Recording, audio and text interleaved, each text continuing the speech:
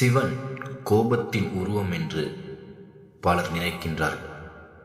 ஆனால் அவர் கருணையின் கடல். அவர் அழிப்பவர் என்று சொல்கின்றார்கள். ஆனால் அவர் மாற்றுபவர். இன்று நீங்கள் கேட்கப் போகும் அற்புதங்கள் வெறும் கதைகள் அல்ல, வாழ்க்கையே மாற்றக்கூடிய உண்மைகள். மார்க்கண்டேயனை மரணத்திலிருந்து காப்பாற்றியது. மார்க்கண்டேயன் என்ற சிறுவனுக்கு 16 வயதில் உயிர் முடியும் என்று விதி எழுதப்பட்டது. அந்த நாள் வந்தது. மரணதேவன் அவனை அழைக்க வந்தார்.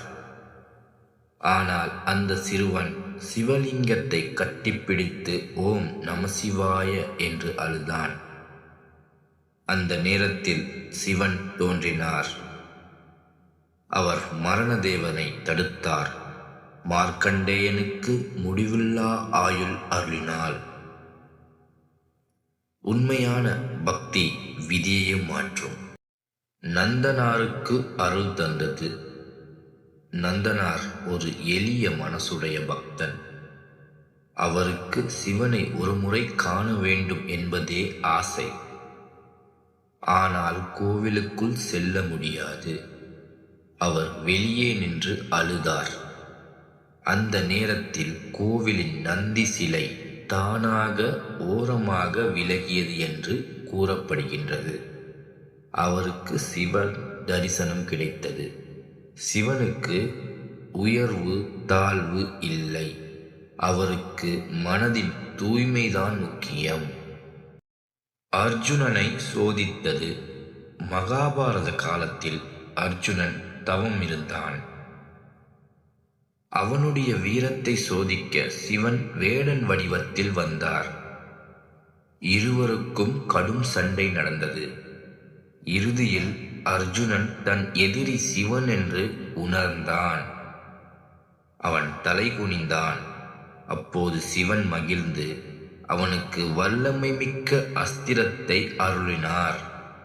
சிவன் சோதிப்பார், ஆனால் தகுதியானவருக்கு அருள் நிச்சயம் தருவார். ராவணனின் அகந்தையை அடக்கியது.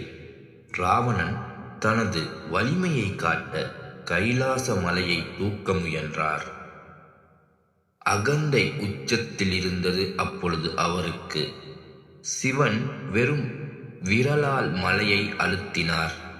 ராவணன் சிக்கித் தவித்தார். அவர் இறுதியில் சிவனை பாடி வேண்டினார். சிவன் அவரை மன்னித்து வரம் கொடுத்தார். அகந்தை உடைந்தால்தான் வரம் கிடைக்கும், அருளும் கிடைக்கும். சிவன் காலத்தின் அதிபதி என்று கூறப்படுகின்றது. அவர் அழிக்கின்றார் என்றார். அது முடிவு அல்ல, அது ஒரு புதிய ஆரம்பம். அவர் அமைதியாக இருக்கின்றார் என்றால் அது பலவீனம் அல்ல, அது ஆழ்ந்த சக்தி. சிவன் செய்த அற்புதங்கள் புராணங்களில் மட்டுமில்லை. இன்று நீங்கள் சந்திக்கும் கஷ்டமும் ஒரு அற்புதத்தின் ஆரம்பம்தான்.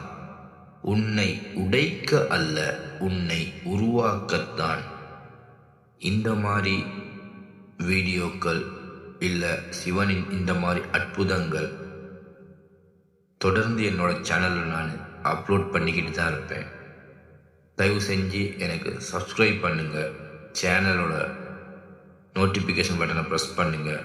லைக் பண்ணுங்கள், ஷேர் பண்ணுங்கள், சப்போர்ட் பண்ணுங்கள். நன்றி, வணக்கம்.